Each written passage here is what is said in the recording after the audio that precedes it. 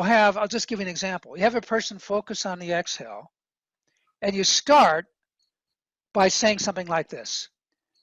Think of your body as a friend, and you're interested in knowing how your friend is breathing. You're not trying to show me how well you breathe. You're not trying to prove to yourself that you know good breathing because someone taught you to breathe in your diaphragm.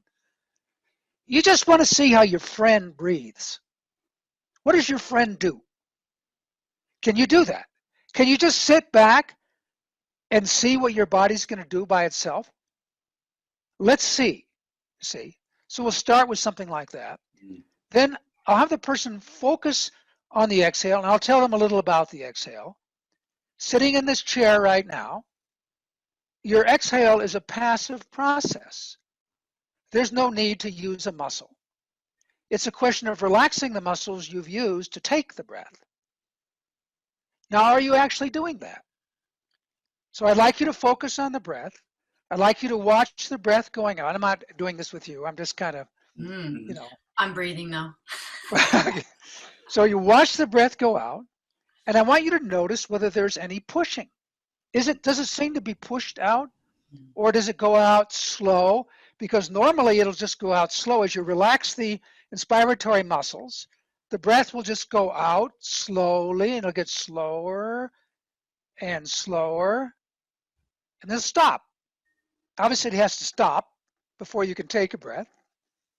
And it's going to stop for how long? It's going to stop until the reflex kicks in.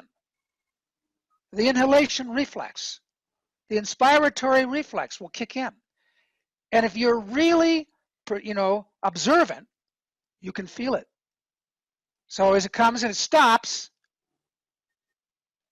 and you can feel it come. Now, a lot of people have lost that, you see. They take the breath before the reflex operates. And they believe they have to take the breath. They have to do it the right way. Otherwise, it's not going to happen. They feel like they have to do it. Okay? So now they're allowing it. See, they're distrustful of the system, but they allow it. They find that reflex. You can start to work with them to build trust. And that may be a metaphor for other things in their lives as well. Yeah, that's just what you said. I just want to highlight that, Peter, because that is a huge one. People not trusting their breath or their body. They aren't trusting their body. So now I have them focus on whether it's being pushed or not. Because if you push the breath, guess what you're going to do at the end of the breath?